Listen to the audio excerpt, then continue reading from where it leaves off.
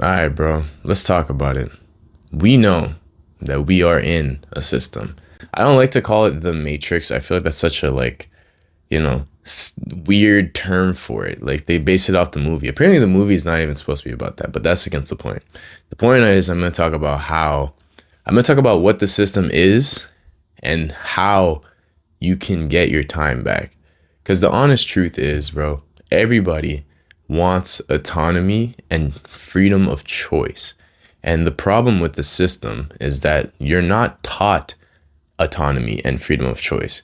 You're taught to follow a set of rules and regulations and be able to be amongst the crowd. So let's get some definitions out the way first, right? Let's talk about what a system actually is. So a system is an organized set of doctrines, ideas, or principles usually intended to explain the arrangement or working of a systemic whole, right? So that's the definition of a system. The important part is this: organized set of doctrines, ideas, or principles, right?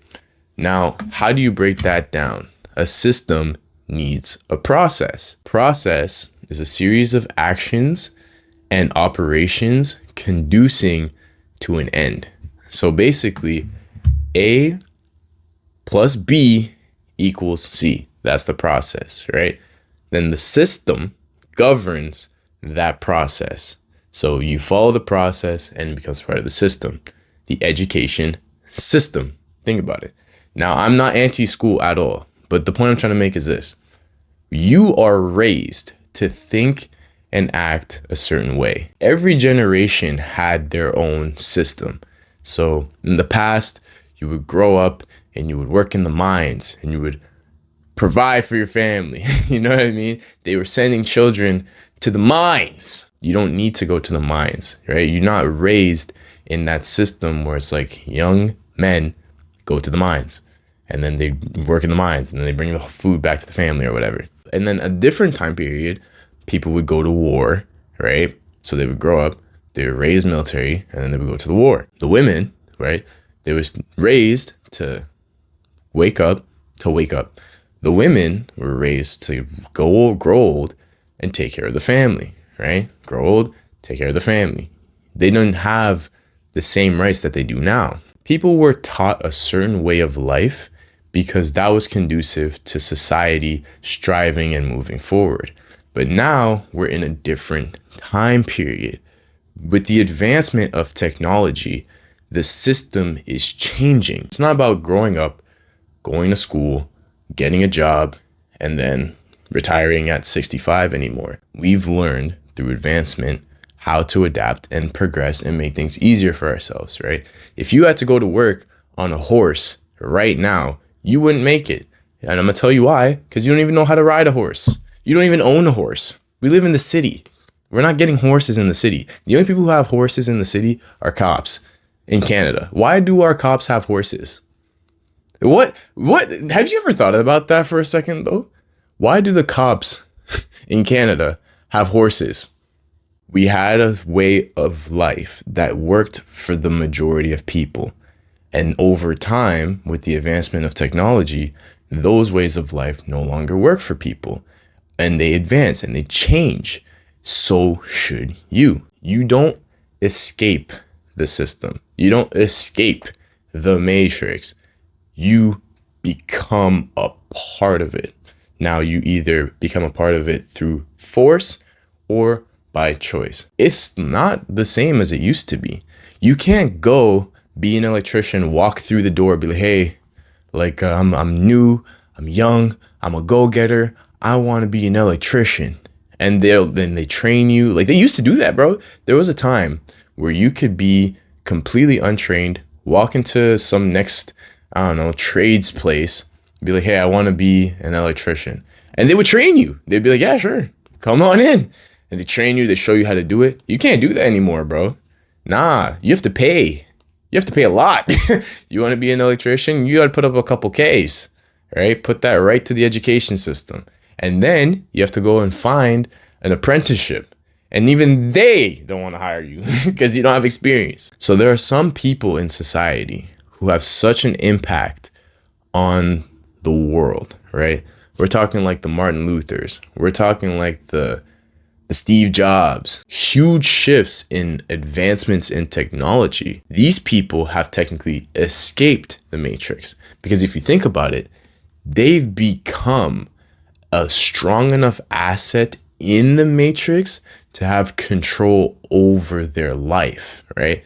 You're not looking at someone like Elon and going, oh, I bet you he has to clock into work today, just like me. No, Elon has full autonomy over his time. Now, he has a huge company, right? So it's not like he can just leave. But if he wanted to sell it and just travel the world, or like, find a beach house in Mexico, or, even decide to work as a farmer in Texas or something, I don't know. He can do that. He has that freedom of choice because he became such a strong part of the system. You don't escape the system. You serve the system, but you have to serve in such a way that it's actually meaningful and conducive to your freedom. And a lot of it starts with your finances. It's all money. Money talks. When you work a job, right, they assign how much value you offer to them. So let's say you do sales, right? And you start with a base commission, right? Or a base salary. You start with a base salary and your salary is $50K, right? They've decided that for every year that you work, you deserve $50K based on your skill set, right? Now, the market is different. The market as a whole is very dependent on the value you provide. You get to determine your value.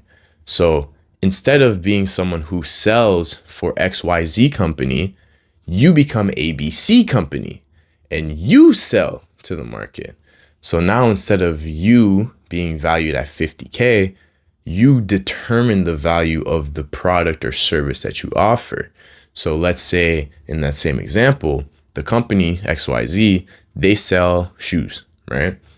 They sell shoes and you're a salesperson for that company. So they sell shoes. Every time you sell a shoe, they give you a cut. They're like, you know what? These are $100 shoes. We'll give you $10. So that's 10% off of the sale, right? If you then become the shoe salesman and you sell the $100 and you have no middleman in between, or you sell the shoes and you have no middleman in between, that full $100 becomes yours. And the only person you have to worry about is Uncle Sam. Now, Uncle Sam, the tax man, he's a whole different discussion. Now, what's the difference between online education and formal education? Reputation, right? Now, if Andrew Huberman teaches a lecture at Stanford, right, about biochemistry or something, right, the same information that he's telling the students who are paying $40K, $60K, $80K for their program at Stanford, right? If he puts out a podcast giving that same information and he were to hypothetically charge $40K, $60K, $80K to the same students, right? What's the difference? Now, one is his own personal income. The other one is income generated by the education system, right? Now, gracefully, he puts his stuff out for free and it's very educational. You don't gain autonomy by taking from the system. You gain autonomy by giving to the system. Do you know who Ray Kroc is? You probably don't, because I didn't. But he owns McDonald's. Founder. That's what the internet told me. So he founded McDonald's, right? If you think about it, right? A McDonald's burger, real talk, it doesn't hit. I'm sorry. Do you think this guy, Ray Kroc, is out here worried about his next paycheck, bro? I mean, he's not with us anymore. Rest in peace to Mr. Ray. When he was at like peak McDonald's, right? Do you think it mattered to him, like when he had to wake up in the morning? Do you think it mattered to him, like having to clock in at a certain time, right? And the thing is too, I'm not making this video to promote laziness. I think work is important, but most people want freedom of choice, right? You don't want to be in a position where the work you do is out of desperation or a lack of other options, right? You want to be in a position where you are intentional with how you use your time and what comes out of your time. So you can either be the person who eats McDonald's or you can be the person who sells McDonald's. Bro, back in the day, the good old days, right? McDonald's. I used to eat at McDonald's. Look at me. I'm talking bare trash and I used to eat at McDonald's. Isn't that crazy? But anyways, that's how I know it's bad. But anyways, back in the day, bro, a McDonald's burger was like $5. Now it's like 15 for a combo. I'm like, what happened to fast food being the cheaper option, bro? Now everything is basically the same. You eat out, it's expensive. You eat at home, it's expensive. It's crazy. You can do the same thing. It's not going to be as straightforward, right? It's not going to be as easy, but that's the difference. That's how you escape the system. You have to contribute to the system. You have to be a giver and not a taker. Unfortunately, or fortunately, depending on your personality, the most effective way is entrepreneurship. Now, entrepreneurship is a big umbrella term, right? Some people view entrepreneurship as like brick and mortar business. Some people view it as online influence. However you want to define it, you have to be a problem solver.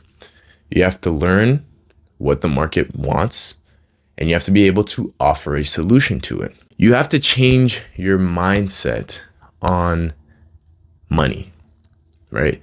A lot of us, right, we're raised to believe that if we don't work and give our time for money, then we can't make money. That's not how it works anymore. Because if you really listen to what these big entrepreneurs are talking about, do you hear what these guys say? Oh yeah, we made 50K last month. Oh yeah, you can make 10K a month. Oh yeah, I made $100,000 last month. Like, these are yearly incomes that most people have, yeah, right? Like, bro, 50K in a month. Have you ever seen that? I haven't seen that, but I want to. If it's possible for them, why would it be impossible for you? Oh yeah, man, we sold 250K this year. We sold 250K this year? Are you serious? And the thing is, like, yeah, maybe it's not profit, but it's sales. You take 10% of that, you're living pretty well for the month, bro. These are yearly salaries that they're breaking into months. They're making that. People are making 10K a month. And the thing is, bro, it's not even people who are like incredibly smart or inventive or make a huge difference in the world and society as a whole, bro. These are ordinary people who have ideas or are very entertaining and distribute it to society. They just took something and they put it out. The entertainment YouTubers, bro. These guys aren't doing anything special. Let's just keep it a stack, bro. They make people laugh, people like it, and they give them their attention. And these guys live really well. They're financially free and they have the freedom to do whatever they want with their day. Why do you believe that you can't make 5 figures in a month? Why do you believe that it cannot be you? If you have a job right now and you like your job and it brings you fulfillment, don't leave your job. Do not. Entrepreneurship, like valuable entrepreneurship, is difficult, right? Because it's very saturated, it's very competitive, and it's very uncertain. So if you're in a position in life and you've succeeded in finding a job that you like, you're passionate about, or at least you enjoy doing every day, bro, retire. Like, honestly, good job. I'm proud of you. Keep it up. But if you're like the majority of people, this is the option for you, bro. Finding a way through entrepreneurship. And entrepreneurship is more self-developmental than you think, right? A lot of it relies on you learning how to be more resilient, how to be more disciplined, how to be consistent, how to be accountable, how to be creative. There's a lot of benefits to going the entrepreneurship route. And there's a lot of ways that you can go about it, right? And I'm not going to sit here and tell you what you should do, but I will tell you that there are certain pathways that are more advantageous than other ones. Before the internet became an integral part of society, starting a business was an arm and a leg, bro. Like, you would hear about writers and publishers who had to go through these like gatekeepers to read their book, and then maybe they'll allow it to be published. And then They have to do all this and that and the third. If you want to be an author nowadays in 2024, right? You can go on Audible or go on Amazon, write something up and put it out. Now, the difference is this. The quality is going to matter the most because it's a very competitive market. So you have to be somebody who offers new insight, new perspective. You have to be better than everybody else. So you either do one of two things. You either go the route where it's easy to get in, but it's hard to stand out, or it's hard to stand out, or it's hard to get in, but it's easy to stand out, right? Something like Tesla, right? Cars been existed, right? Everybody knows what a car is, right? But Elon switched the game, right? He made a new innovation to cars. And now people love Tesla. And not only that, it's a high-end vehicle. There's nothing new under the sun. The only way to really stand out is creativity. You have to take a concept that's already been made. You have to spin it in your own way, and you got to put it out to the market. And you have to see if the market likes it. If the market doesn't like it, you will find out very quickly, and it will humble you very quickly. And guess what? You're probably gonna have to try that again and again and again, because the truth of the matter is this: you are not as good as you think you are. There are very, very few people who luck out on the first try. It's just a fact. Like, you're not gonna be Cash Me Outside, right? You're not gonna be Hawk Tuah, right? You are gonna have to work for it, right? So be okay with failing, and be okay with failing over and over and over again, because realistically, that's the only way you're gonna see progress. But keep trying until you get that feedback, until you see that other people are engaging with your stuff, people you don't know. And once they start giving you your props, that's when you know to go all in on it. You need to be someone who takes action on your ideas. Let's say you believe that there's a demand for paper airplanes, right? And you're like, yo, you know what would be really good? Some paper airplanes. We need more of those, right? And let's say it's a genuine need. You can't just talk about it, right? You can't just go online, look up how to make paper airplanes, best paper airplane material, best glue for paper airplanes, paper airplanes 101, top 10 things you should know about paper airplanes. You know what I mean? Like, there comes a point where you have enough information. Now you just have to act. And the best teacher is experience. When you go out there, you make your first paper airplane, you throw it and it crashes into the floor, right? Crumbles up and some kid steps on it. It hurts your feelings a little bit. Then you learn, okay, maybe this paper airplane wasn't that good. And no one wants my paper airplane, right? So is it logical to quit and never make another one again? No, you have to make another one, make a better one, and then throw it again. And maybe it'll fly a little bit further and then it'll crash, right? And then you make a third one and it flies even further. And then maybe like on your fifth or sixth one, you make one, you throw it, it flies, it does a cool loop, right? And some guy on the side, he's like, whoa, that was pretty sick. How'd you make that, right? Can I have one? And then boom, you've hit the mark. Just because you cut off your coffee for the month, right? And you save like $12 or like $40 a month because you don't go to freaking get coffee every day. Do you think that's gonna change your life, bro? Do you think your $40 a month coffee savings is gonna make a difference? It's not, right? What's gonna make a difference is when you make $10,000 in a month and you're like, oh, I have disposable income. And then you could start saving it. And then you slowly make progress, become financially free, and you enjoy life for the most that it can be. It may not be guaranteed, right? It may not be for you, but if you try, at the bare minimum, there's a chance. And you might as well take that chance before you lose out on it. Watch this video if you want to, subscribe if you want to, and I'll catch you in the next one.